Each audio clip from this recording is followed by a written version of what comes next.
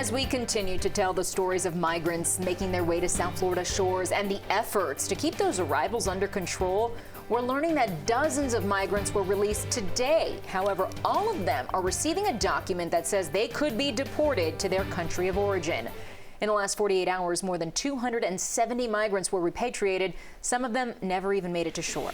CBS 4's Yvonne Taylor joins us live from Marathon Key. He joins us from the U.S. facility where they are being processed right now. Yvonne.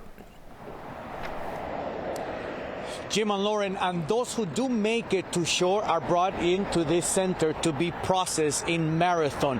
However, today we spoke to some 20 of them that they told us they were taking actually to a train station in Broward.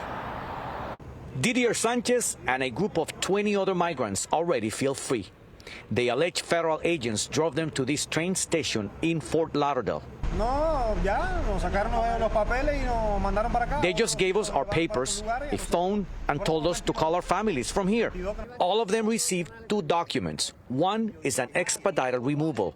In other words, a deportation order. That applies to any migrant who comes to the Florida shores in a raft because it is considered an illegal entry. This comes after a weekend that U.S. Coast Guard confirmed 273 migrants were repatriated to Cuba. Among those, this group of 18 who left the island on December 31st aboard the vessel, Jose Carlos Campos' wife.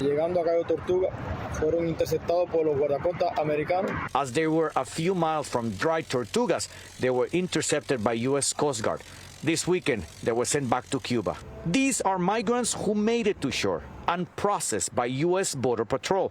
However, they are no longer guaranteed an automatic stay.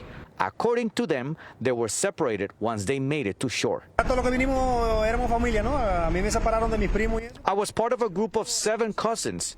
I don't know why we were separated. Yet he said he was happy. He felt relieved, especially after a relative picked him up. He is not worried about any documents, at least not for now.